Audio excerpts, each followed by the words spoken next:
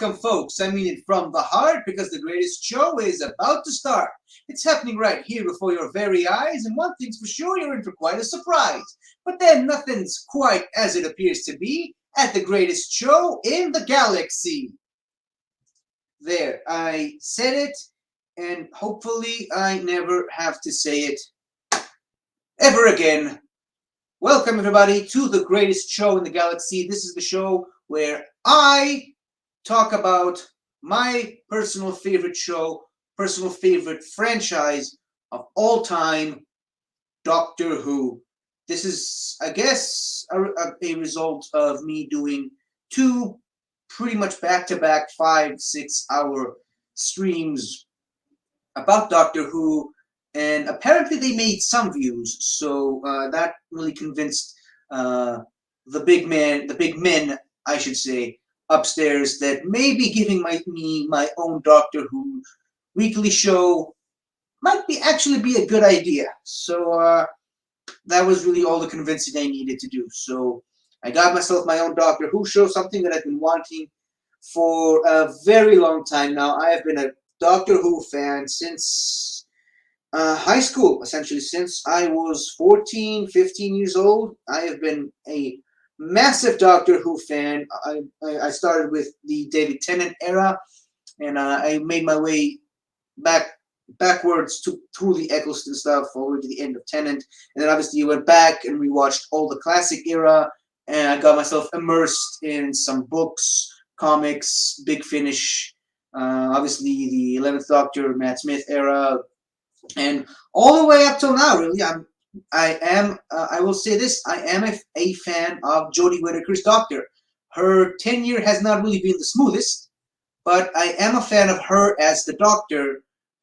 There are some definitely standout episodes during her era that I consider some of the best in Doctor Who of all time, and I'm just a fan of Doctor Who. There are stuff about Doctor Who I don't like, but for the most part, there are a lot of stuff about Doctor Who that I absolutely love, and I cherish this franchise in every fiber of my being till the day I die. And that is really all the passion in one person you need to do a show like this, to do a show where I discuss Doctor Who. Now, obviously, I'm not going to spend every episode just talking about everything, every random part about Doctor Who. There is some sort of a structure to this show. As a matter of fact, there is a monthly structure, I should say. So every Wednesday, still not 100% quite sure on the timing on when these episodes will go out.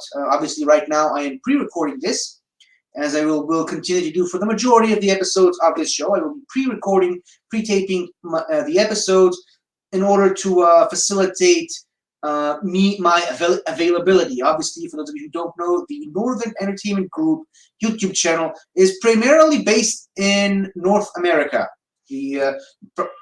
mostly the east/central area of America. Obviously, Taco, one of the founding fathers of the channel, is based in North Dakota, although we do like to give him shit about it, saying that he's from South Dakota, but that's only just a personal joke between us. Ben Rayner is from Los Angeles. Soda is from somewhere in Canada. I keep forgetting to ask him, but for the most part, it is primarily a North American channel, which is why it's called the Northern Entertainment Group. I myself am based in Israel, which is in the Middle East, and Kiwi, which is another one of our international group members, she's based in New Zealand, and therefore her time zone is slightly closer to the majority of the people on this channel, slightly closer to Ben, Soda, and maybe Taco, not so much closer to me. I'm kind of in a weird middle ground where, while it is the middle, sort of midday for Kiwi and late night, or rather late evening for Soda and Ben, it is usually like the dead of night, close to sunrise around my area. So scheduling shows with these people has been quite difficult whenever I'm concerned. That's why I don't appear on most of the shows on this channel. So we agreed that I would be pre-recording these episodes so that I can appear when there's actual sunlight on my end, and I don't have to keep people awake till the very late hours of the night just to talk about Doctor Who, because I have done that several times already. So I will be pre-recording all my episodes going forward, aside from a few that I am planning to have guests on for whatever topic we are going to be discussing. And obviously, I will try to adjust my personal schedule to make it more approachable for my guests, whoever they might be. Now, there is like I said, a monthly structure for this show. Every Wednesday, the first Wednesday of each month, I will be discussing something that happened during the classic era of Doctor Who, specifically on television, an episode from the classic era, a specific doctor from the classic era, maybe a companion, a villain, a storyline, whatever comes into my brain during that time. The second Wednesday of each month is mostly dedicated to Modern Who, which is everything since the 2005 revival. Again, companion, storyline, episode, doctor, villain, whatever, and sometimes, yes, my computer likes to make funny noises like that. I apologize for that. Every third Wednesday of each month is mostly dedicated to expanded media of Doctor Who, primarily Big Finish, which I'm a huge fan of, novels, comic books, potentially even spin-offs, anything that is remotely related to Doctor Who that isn't specifically on television is reserved for the third Wednesday of each month. And the fourth Wednesday of each month is open space. It's just everything I feel like talking about. That'll be primarily the Wednesday each month that I am planning to have guests on, because I am planning to do tier ranking lists, which you know how much I love those. Tier ranking lists or deep dives into conversation with people about certain aspects of Doctor Who that don't necessarily fit into one of the three categories I've mentioned already: classic, modern, expanded media. It could be something that's related to all three. So that's really what I'm aiming for.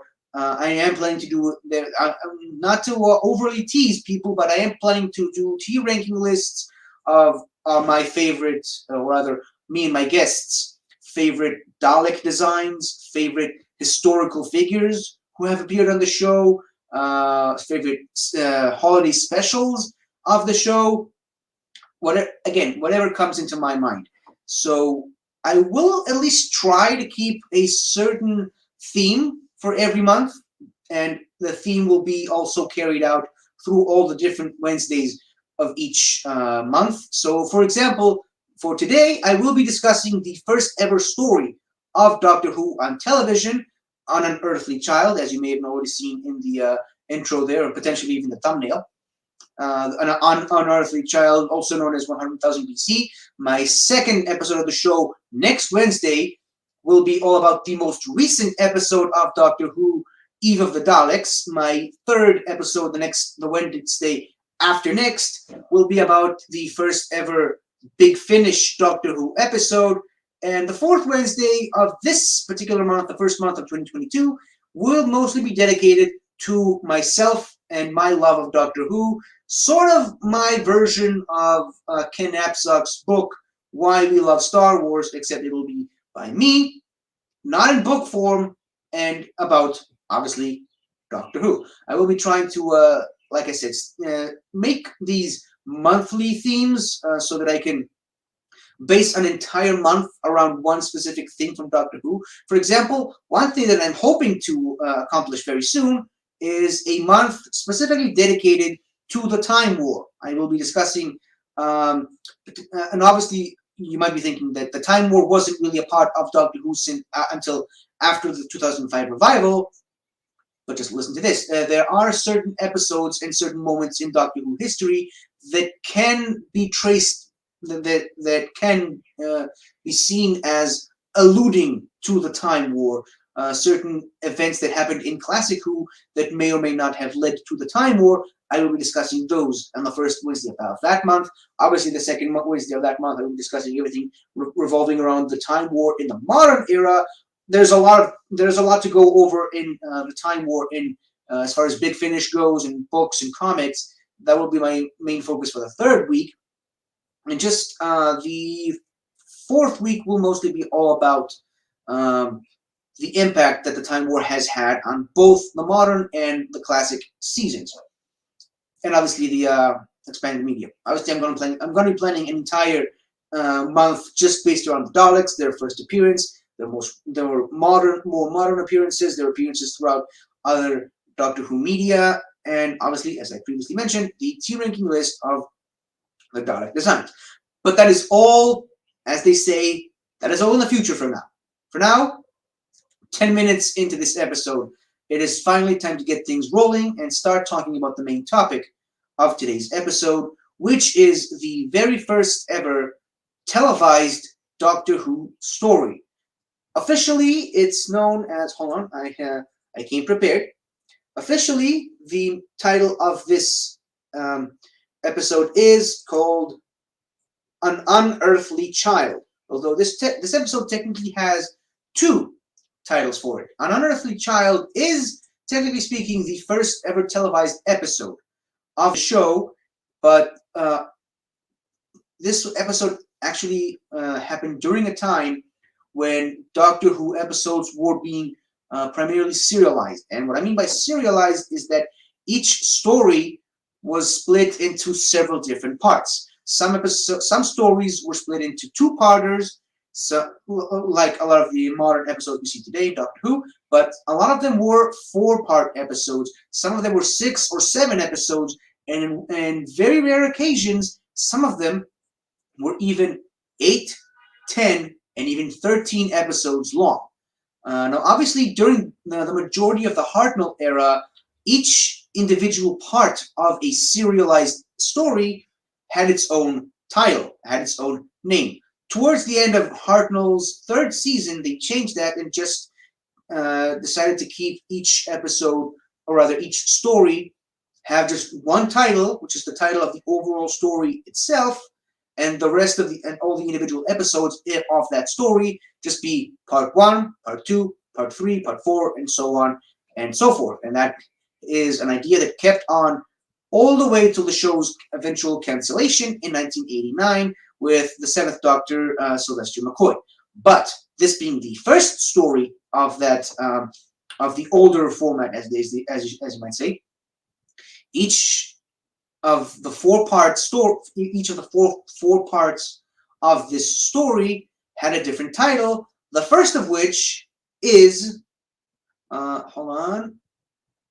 The first of which is An Unearthly Child. That is the title card that has appeared at the very beginning of the episode. Now, first of all, the episode itself obviously opens with the iconic Doctor Who theme song, with the iconic Doctor Who opening, and then it just moves on to this view of a junkyard overlooking a random police officer, which may or may not be referenced in The Day of the Doctor, where you kind of see the silhouette of what is believed to be the first Doctor.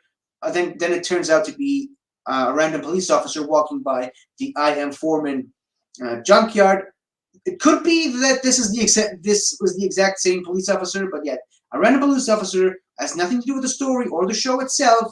But this is how the first frame of the show was made. He's basically the first ever character we see on the show, and the camera then goes around and gives us a tour of this specific junkyard while the main theme is still playing in the background, and then it pauses on this seemingly ordinary police box, which was a very common thing during the 1960s, and then it gives us the first ever title card of Unearthly Child.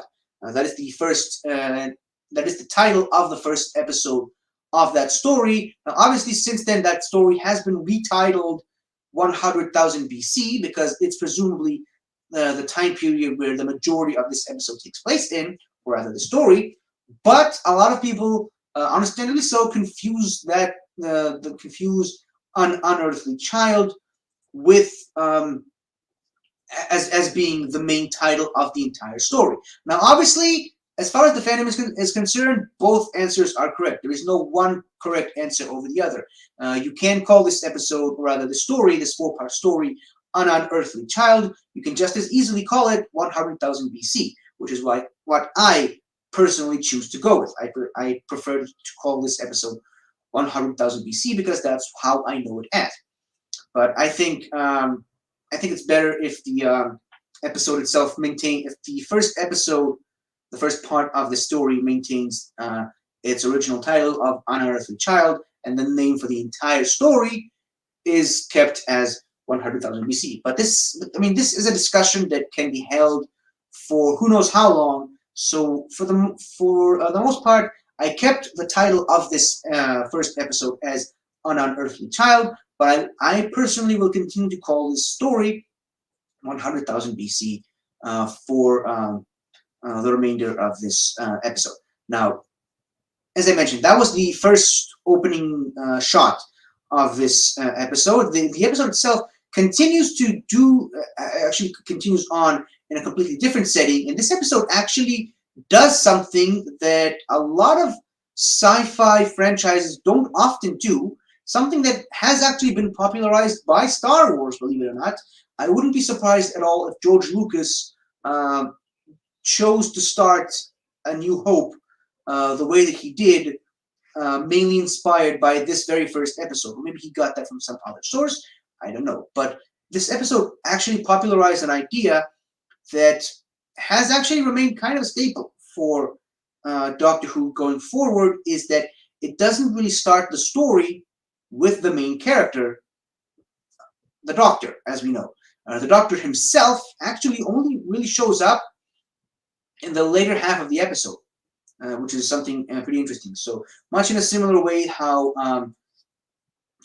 Star Wars Episode 4, A New Hope, basically opens by focusing on R2-D2 and C-3PO.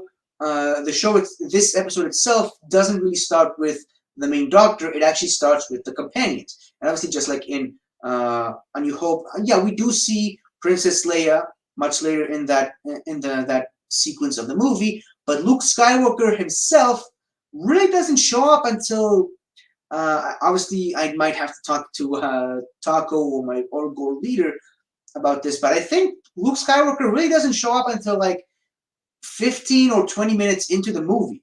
Now, obviously, in some deleted scenes, you actually get to see Luke Skywalker appearing much earlier in the film. But like I said, it was a deleted scene, and therefore not in the original movie, not presented to an audience in 1977 the way the movie A New Hope was. This episode was presented to an audience by initially the first two main staple characters that you see on this episode were not the Doctor. They were technically the first companions. The episode itself opens with hold on. Well, I don't really have the an image, but I guess in a full wibbly wobbly timey wimey way, I kind of got a little bit ahead of myself.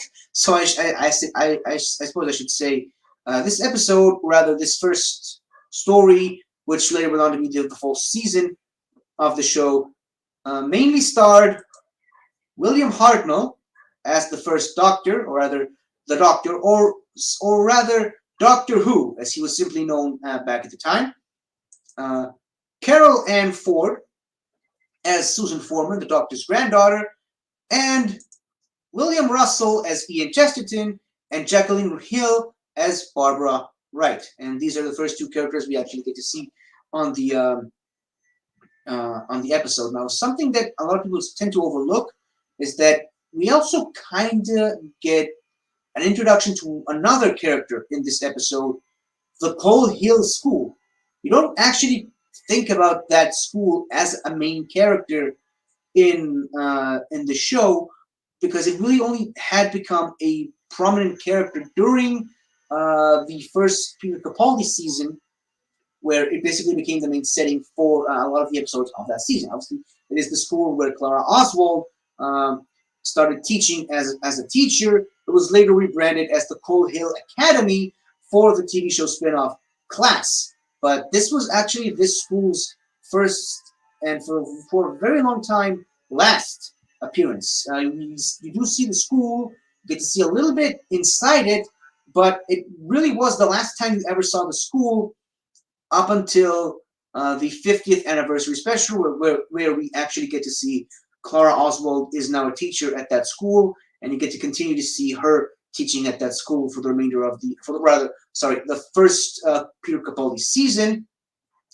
I think you only saw her at that school one more time during Capaldi's second season, but then after that, after Jenna Coleman left the show, it was also a departure from the school itself, which then was reworked into an academy and was the main primary setting for the spin-off show Class. Maybe we will one day get to discuss Class on this very show. Who knows? Who knows how long this show is going to last on this channel? But hopefully we do get to that, because I actually did enjoy Class, the spin-off show.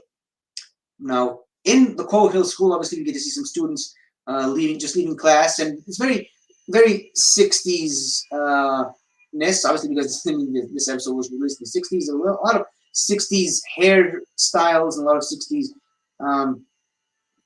clothes and such. You hear a voice saying, "Susan, wait for me here," which is obviously the voice of Jacqueline Hill as Barbara Wright. She walks into a class with Ian Chesterton, and it's one of my favorite scenes from the early days of Doctor Who, because you get to learn and understand so much about these three characters from that one scene alone. It's basically just Ian and Barbara in Ian's chemistry class talking about Susan and how, staying true to the title of the episode, on Unearthly Child, how Susan herself is just such a complete enigma to these two teachers. And obviously, Barbara is a history teacher, Ian is the science teacher, and she pretty much out-knowledges both of them. And yet, she still somehow is unfamiliar with very simple things that any teenage girl in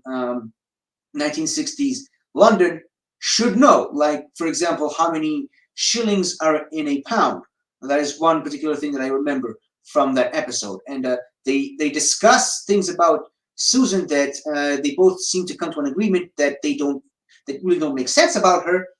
But then they decide to, rather, Barbara mentions she suggested the idea of being a main tutor to her in her own home, which she then goes into a fit of rage, saying that it's absolutely unacceptable because her grandfather doesn't like strangers. And with both of them knowing that he's actually a doctor, it seems a bit odd to them. So she decides to investigate, realizing that her address is 76 Totter's Lane, which is the I.M. Foreman junkyard, which I mentioned previously. So the two teachers then decide to follow Susan to the junkyard. They go in.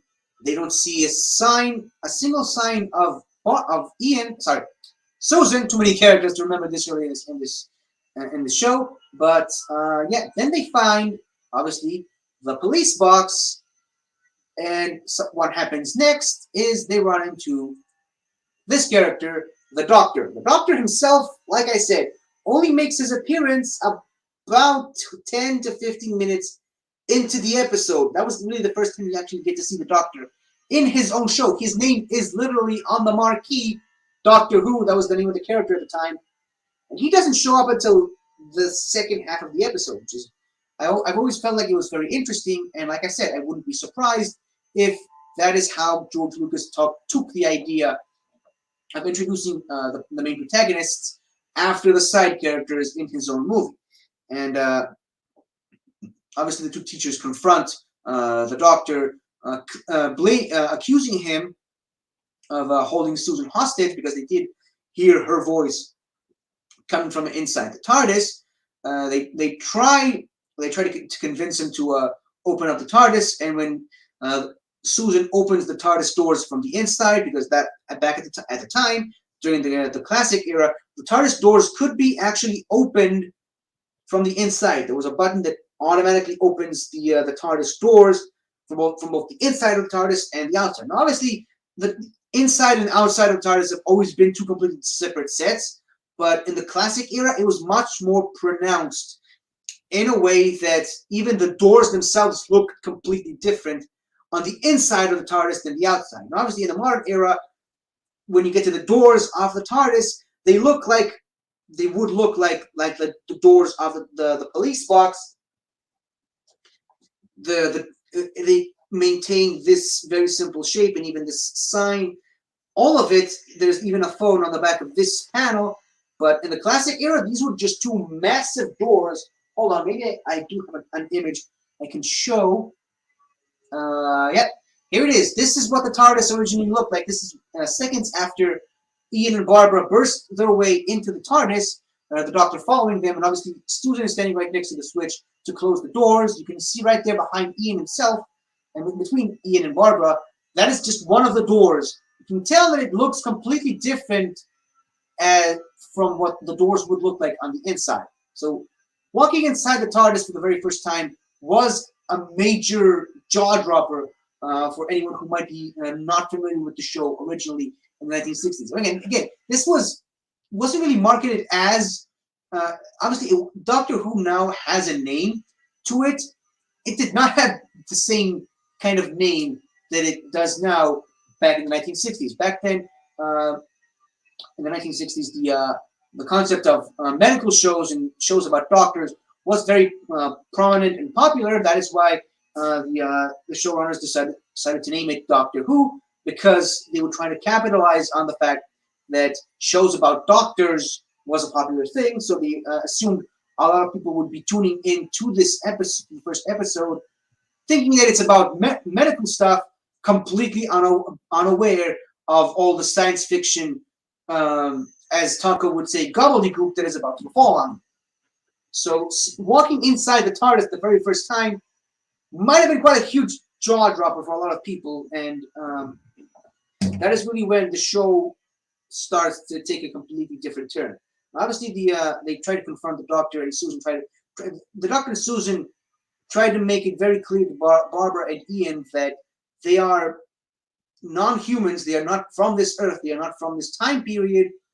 And obviously, Ian and Barbara, being the skeptics that they are, they refuse to believe them. So the Doctor, doing what the Doctor does, decides to show them just how wrong they are. He closes the doors behind them, locks the controls of the TARDIS so that only he and and Susan can operate it, and takes off into the past in his flying time-space machine, all the way to the distant past. And as I mentioned, I should have had a image to show that, but I'm guessing. I guess it's in a format that can't really be used, but I apologize. I was planning to show this, but basically the TARDIS itself lands in what looks to be a gigantic desert, an open field area with no buildings and no cities and nothing, and a gigantic ominous shadow slowly moving into the frame. And that is how the episode itself ends. And you get something that was very recently brought back in the most recent season of Doctor Who Flux, where they showed you what the name of the next episode is going to be. And obviously the next episode of that four-parter was The Cave of Skulls. That is basically how the first episode ends. That is the very first cliffhanger. You see an ominous shadow walking into the frame. And that is how the episode itself ends. Which then leads us to the second episode, Cave of Skulls. Again, Ian and Barbara are being very skeptical about what happened, and the Doctor just opens the door to them, letting them see that they actually traveled through the box. Now, obviously, the Doctor kept maintaining this persona that he knows what he's doing, as he usually tends to do, even in today's modern age, even in the Jodie Whittaker era.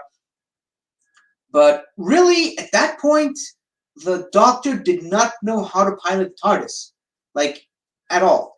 He knew which buttons to click and what dials to spin in order to make the TARDIS go. But he that was one of the most beautiful things about the show at the time, was that the controls were basically random.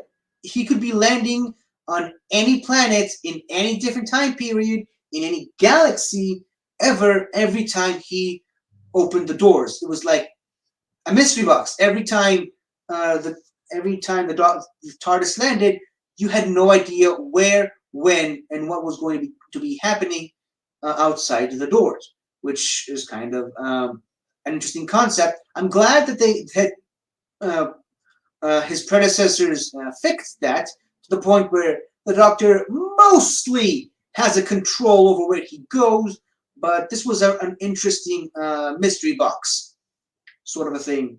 The sort of the weekly adventure of the Doctor and his companions throughout time and space.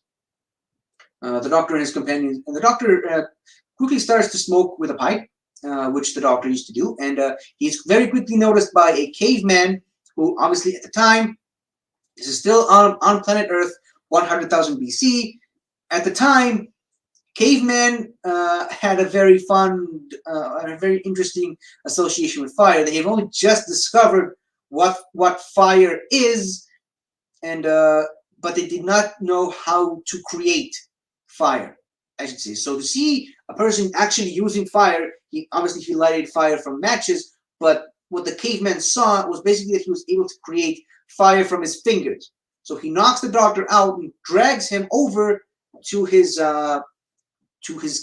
base, to his camp, to the other cavemen. Obviously, the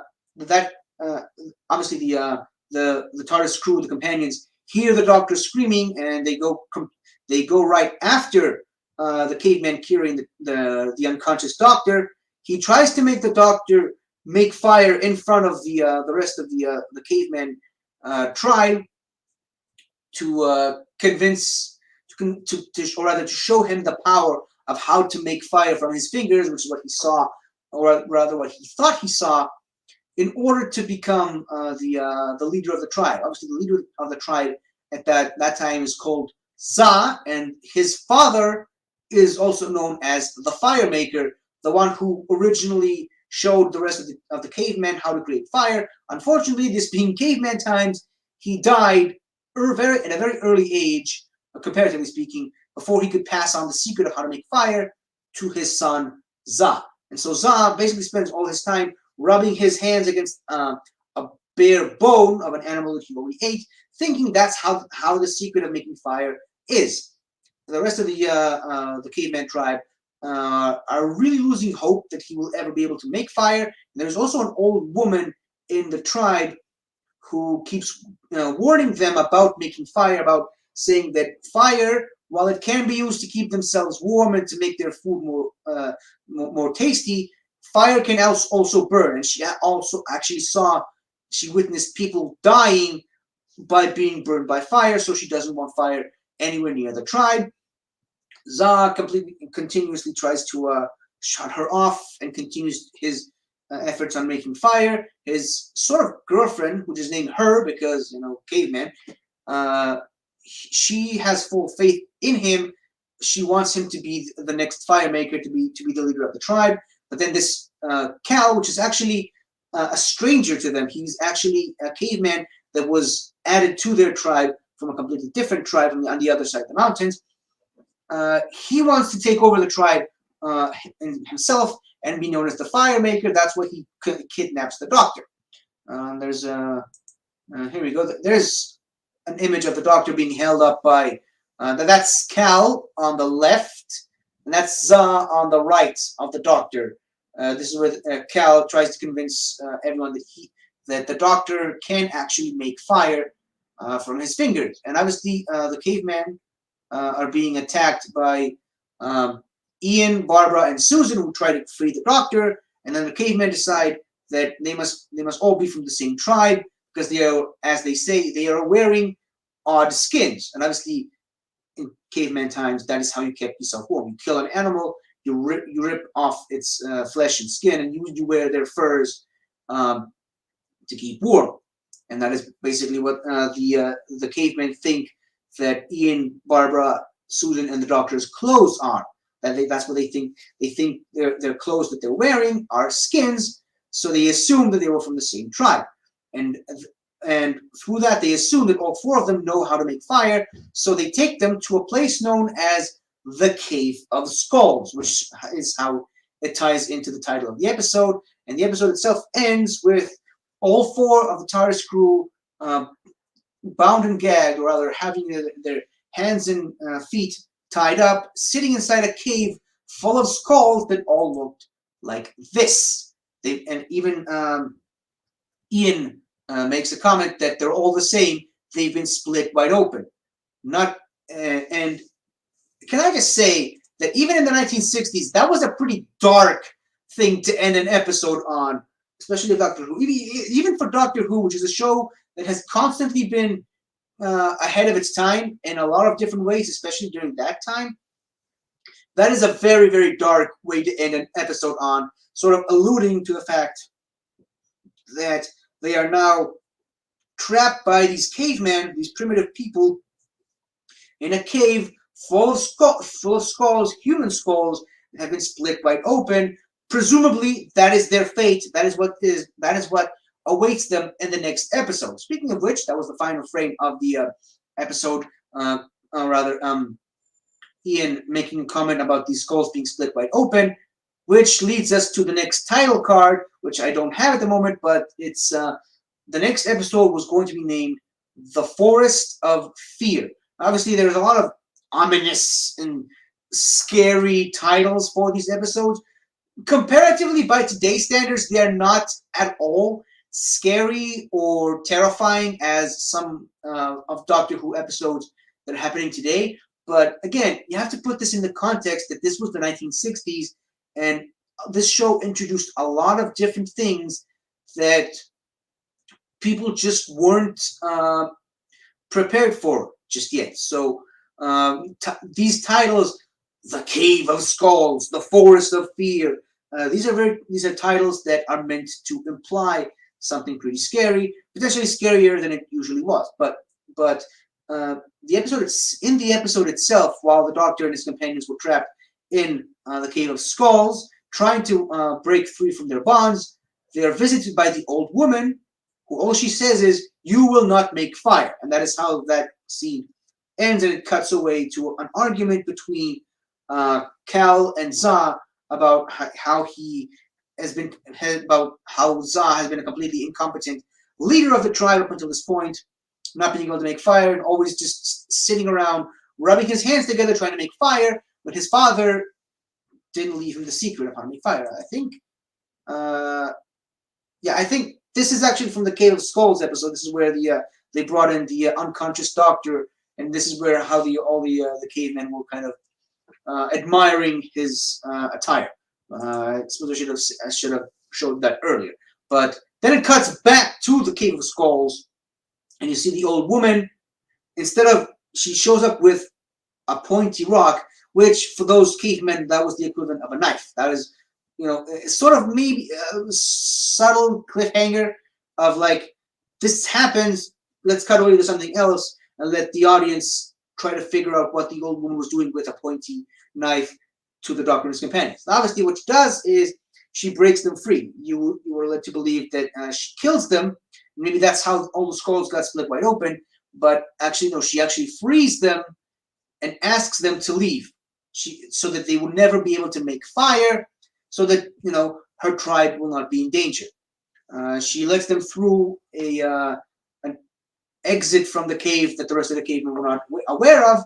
But who else enters the cave but Cal, the stranger, who is upset at the idea that she let them go, because they were his only chance of making fire and becoming the leader of the tribe. So he, without spoiling too much, again, it's a almost 60-year-old episode, so I'm not really spoiling too much, but I'm spoiling it for my own personal retelling of the story. So it is led to believe that he beat her in that episode, but then later, while there's a sequence that involves the Doctor and his companions running through a gigantic forest filled with scary noises and sounds. Again, scary for the time, and it's intercut with another conversation between Cal and Za in the tribe. And Za goes out after them, after the Doctor and his friends, after realizing that they escaped. Meanwhile, Cal brings all the rest of the cavemen back into the cave to talk to the old woman, revealing that she was actually dead. She was killed by someone, and Cal manages to convince the rest of the cavemen that it was actually Za who killed her because she opposed his idea of making fire, and he didn't want that, so he killed her because he wanted to impose his dominance on the rest of the tribe, and he manages to turn the entire tribe against her, against Za, except obviously her, which is sort of Za's mate, as they say. Now, Za and her go after the Doctor and his friends. He saves the Doctor and friends from an unseen animal, which is believed to be a sort of primitive version of perhaps maybe a rhino. Again, it's all happening off screen in a sort of very Jaws-like way, where you're expected to imagine what the creature itself looked like, but the giant beast manages to really injure Za, but Za injures the creature back to the point where the creature runs away to die somewhere. And the Doctor and his friends, or rather mostly Ian and Barbara and Susan, the Doctor for the most part doesn't really get involved, but the Doctor's friends try to help treat Za's injuries, treat his wounds, to clear up all the blood, and to help carry him back to the TARDIS. Again, the Doctor mostly stands around not doing anything, because here's something you have to understand about the first Doctor. The first Doctor is very, very different from the Doctor that we know today. He wasn't quite as kind or as nice as some of the more modern Doctors, or even his immediate predecessor, Patrick Troughton. He was very snobbish and selfish at times, which a lot of people did not appreciate about his character.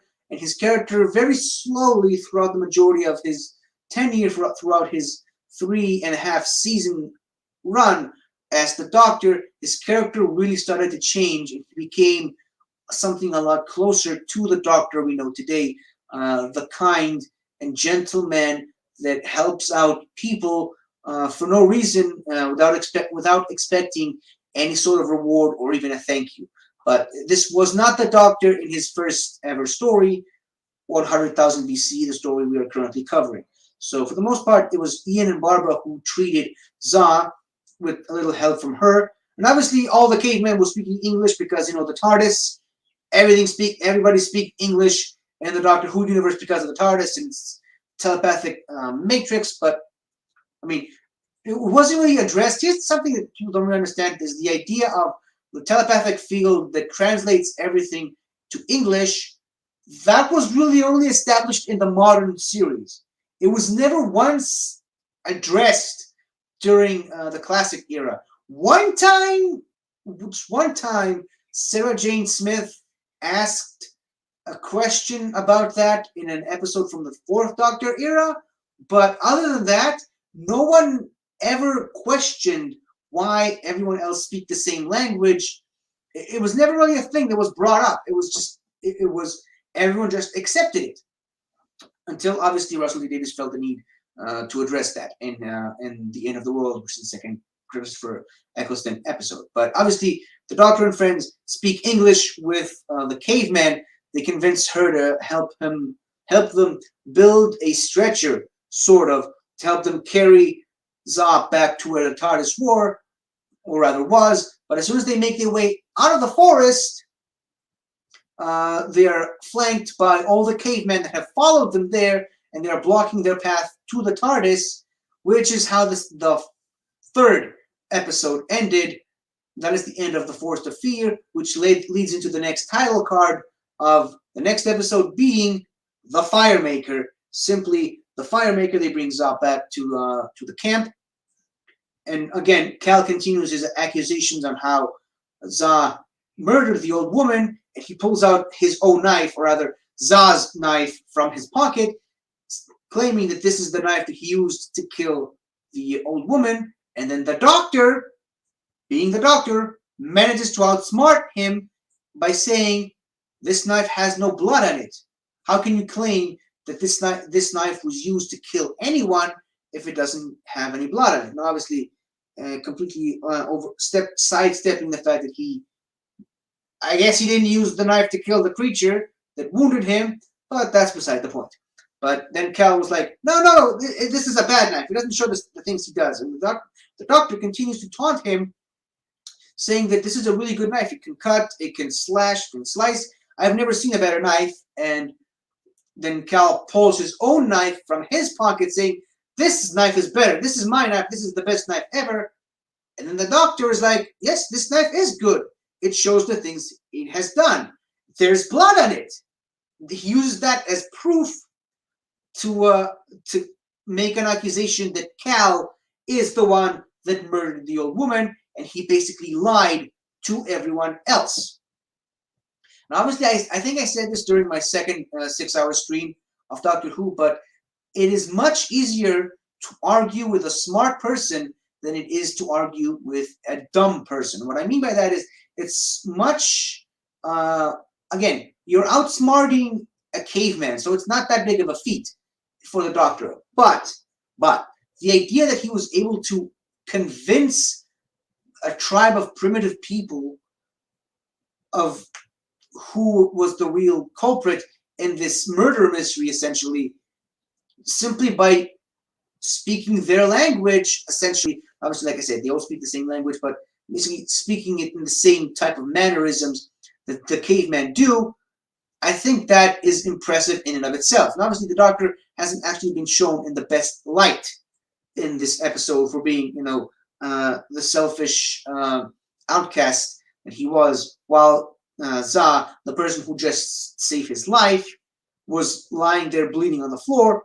But the Doctor does show how intelligent he is and how incredibly smart he is by outsmarting the caveman in that particular scene. And obviously, Za, which is now for some reason completely healed and up on his feet, he opts to kick Cal completely out of their tribe. And Ian joins in on the fight. They all start throwing rocks at Cal, banishing him from the tribe permanently. And then what does Za do? He takes the Doctor and friends back to the Cave of Skulls, which is interesting that he does that. But then he goes into, just because he wanted to talk to them and discuss why, or rather, how they were able to make fire.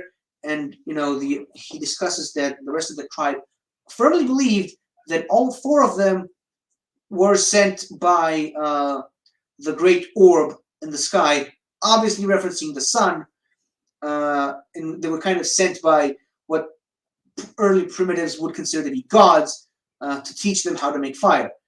Za is on a different mind completely. He thinks that they're just a completely different tribe from the other side of the mountains. He even says as much. So he doesn't really believe that they were sent by some sun gods to show them how to make fire. And it's kind of an interesting way of thinking that even back then, even in 100,000 BC, there were those who firmly had faith and belief in a godlike system, a godlike entity, sending messengers to this mortal plane to help out the lonely humans. And even back then, there were people who argued against that, saying that there is no such thing as a godlike entity sitting in the skies, and men and concepts you can't explain are just strangers to you from another different land. And I think that's a very interesting commentary about that. That it's a little bit deeper than a lot of people give credit to this episode in particular. But then the Doctor and friends show Za, how to properly make fire before Cal interrupts their conversation, Zaw fights him to the death and manages to kill him, completely ending his attempt at overthrowing him as the leader of the tribe. But then the Doctor and friends show him how to make fire properly, and then he takes the fire with him and brings it back to the rest of his tribe, showing them how to properly make fire. And now all of them have the secret of how to make fire in the tribe. Now, you would assume that Zaw would like to release the Doctor and friends now that they have showed him how to make fire, but nope, he decides to keep them there, as he claims it, for their own safety, because it's better for them to live with them in his tribe rather than to go back to where they originally came from. And obviously the Doctor and friends managed to escape, and how they managed to do that is by faking their own deaths, apparently. And again, this is something that I would consider a little dark and edgy for a 1960s show that was originally conceptualized as a show for children. And somehow they were able to pull this off. They took some of the skulls from the Cave of Skulls and put them on flaming torches that they lit from the fire they were able to make, and buried them in the ground, so when the rest of the cavemen showed up to bring food to their guests, as they say, all they really saw were 4 burning skulls on sticks sticking out of the ground, which is basically exactly what the old woman said would happen.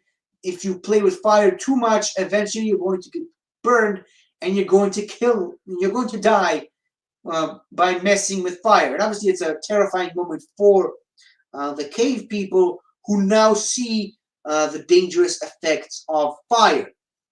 But they are cavemen, but they're not completely stupid. They eventually managed to realize that all that really happened was they took a bunch of skulls and were able to slip out while all of them were terrified by the image of 4 skulls burning on the ground. So they take a bunch of the torches to light their way as they chase off after the Doctor and friends. But fortunately for them, the Doctor and friends managed to reach the TARDIS in the very nick of time, right before the cavemen are able to catch up to them. They enter the TARDIS. Obviously, as you know, once you're inside the TARDIS and you close the doors, you're basically safe. Nothing can break through those doors. So they dematerialize, once again, leaving the caveman with the impression that they were messengers of the gods, essentially, that came from the massive orb in the sky, also known as the sun, sometimes known as the moon. Now, the Doctor pilots the TARDIS as best he can under the circumstances, landing somewhere. But then he says, before we go out to explore and see what's out there, I suggest we clean ourselves. But he asks Susan to look at one last thing before they go out. What does the radiation say? Which is something that they implemented in that specific story. The first two, the first and last part of the story, or rather, I guess the second part of the story, the Cave of Skulls. Before they go out of the TARDIS and see what's out there, he asks Susan to look at a radiation meter to see how high or low the level of radiation outside the TARDIS is, to see if it's safe to go out. Strangely enough, that is something that only happened in this particular story and has never again been seen in any of the classic or modern era of the show. It's like this little indicator that that shows you if the radiation is high or low. They only checked it before going out to the caveman land, and they checked it again before going out to where the next episode is going to be. And then they never actually checked it. And it was all just a lead up to the end of this episode and a lead up to the next episode, which is titled The Dead Planet. As the episode itself ends, Susan is looking at the radiation meter. The radiation seems fine, but as soon as they all walk away from the console to clean themselves before they leave the TARDIS to explore the next location that they've landed on, the meter immediately goes all the way to the danger area and starts blinking. The light continues to flash on and off, showing that the radiation levels are at the very top of danger. And this title card shows up, letting us know that the next episode is titled The Dead Planet. That is the first part of a 7-part serial, which, if you know anything about Doctor Who, the name of the second ever story, second ever serial of that show should actually mean a lot to you, because the name of the second story in Doctor Who was originally titled The Mutants. However, since that was later that name was later associated with a third Doctor story from season 9, I believe. There's a 4 or 5-part serial titled The Mutants. This episode, which was originally titled The Mutants, was retitled in a much more fitting name for it, The Daleks. And yes, the Daleks were actually introduced this early into the Doctor Who mythos, literally the very second storyline ever told from the original 1960s showrunners. However, that is a story for another day.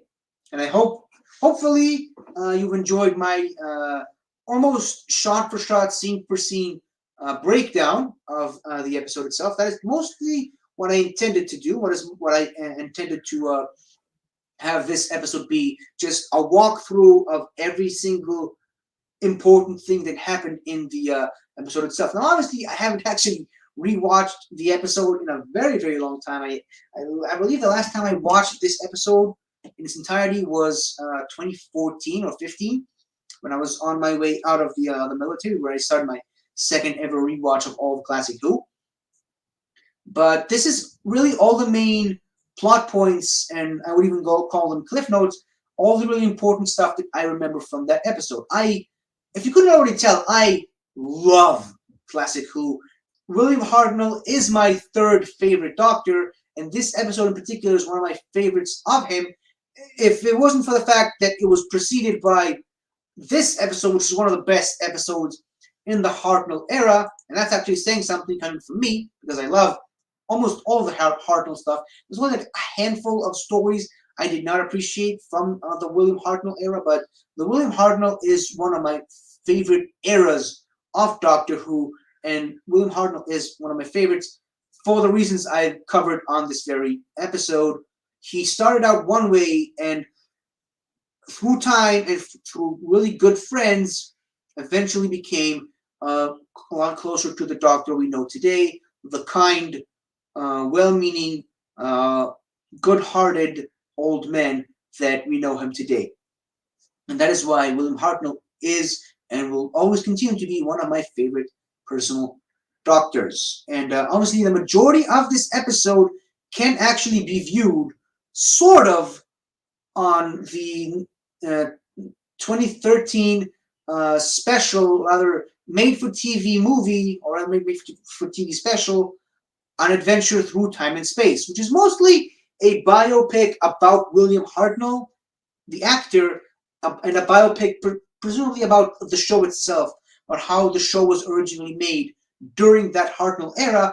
And a lot of what I mentioned today, a lot of the episode itself, can be seen in a sort of behind-the-scenes fashion in that made-for-TV special. And you can actually get to see a lot of interesting stuff about how the TARDIS doors kept malfunctioning during the filming of the first episode, and a lot of how the script rewrites, I should say, happened during that time. And that was the scene, this scene in particular. There are two versions of this scene existing. I actually somehow managed to watch both of them. Yeah, there are two completely different versions of this scene. The first scene that we see anyone in the TARDIS, and that was very interesting, presumably because of the all of the production issues that happened during the behind the scenes of filming the episode.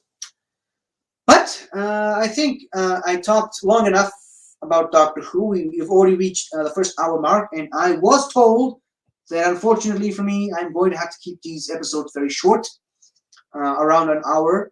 So this is what I'm going to do. I'm going to cut it right here. I hope you guys have really enjoyed listening to me talk about the very first story of my personal favorite TV show of all time, Doctor Who. I wouldn't call this one of my favorite episodes of the show by any means necessary, but this being the first, it is definitely up there as one of my personal favorite Hartnell era stories. It's a bit of a weird list, but I definitely put this episode pretty high on my top 100 episodes list. And I'm counting all four parts of this serial as one episode because that's how I roll. That's how I see the Doctor Who classic era serials. This is definitely in my top 100 serials from Doctor Who, I would say. So that is it for now. That is all I can say about this episode at the moment. I think I've covered all the bases that I can say. Come join me next week as I explore the most recent episode of Doctor Who, Eve of the Daleks, which is the brand new New Year's Eve special, which actually aired a couple of days ago from the point of view of me recording this. And actually, here's a little bit of an insider. I haven't actually seen that episode yet because it happened around New Year's, and because of work-related stuff, I haven't had the time to watch it. But I do have to go to work in about an hour or two, or in a couple of hours from now. So I will go to work, and as soon as I come back home, I will sit down and watch the most recent episode of Doctor Who, so that I can be able to talk about it next week. That was going to be the main topic of next week's episode. I feel like it was a really good, smart choice of just sandwiching the first two episodes of this show, The Greatest Show in the Galaxy, by talking about the very first episode on my first episode of the show, and talking about the most recent episode on my second episode of the show, rather than just the most recent episode at the time of recording. So yeah, that is it. That is all I can say. If you saw me, or rather listened to me talking about Doctor Who for about an hour and felt like maybe I'm actually worth the time, you're more than welcome to follow me on my personal YouTube channel, which is named 50 Shades of Geek. I do all kinds of stuff there. I do some Doctor Who stuff, but I mostly focus on trailer reactions to movies I'm interested in. I do a mostly daily Pokemon Go show where I play Pokemon Go. If you're a fan of the Schmodown, which is a lot of the main points, a lot of the main focus of this channel, I do have Schmodown reaction videos. I'm really behind on a lot of Schmodown matches, but I'm slowly trying to catch up on all the Season 8 Schmodown matches, getting ready for Season 9.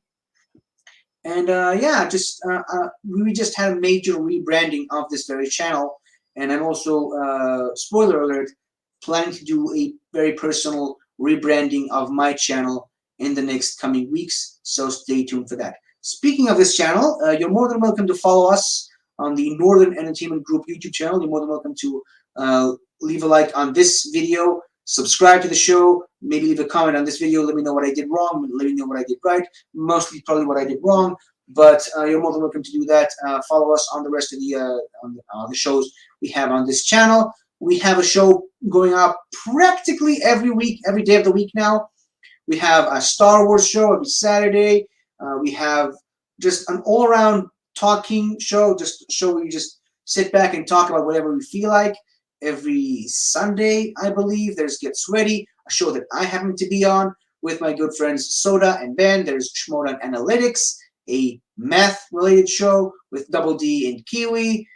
There's a TV talk show with Snark, and I believe perhaps maybe Ben or maybe Taco. I don't know. It's Snark and one more person, and yeah, there's all kinds of shows. There's Mount Schmodown, and a lot of other shows that I don't particularly remember right now, so I'm not going to even try at the risk of maybe saying their name wrong. But Yeah. So go ahead and follow us on the Northern Entertainment Group. I will be here every Wednesday to talk about the greatest show ever made, Doctor Who. And I don't really have a fancy outro for this show. That's a bit of an oversight on my part. So I'm just going to leave you with this title card. And hope to see you next week as we talk about Eve of the Daleks. Stay tuned, and until next time, everybody, I'm on Z!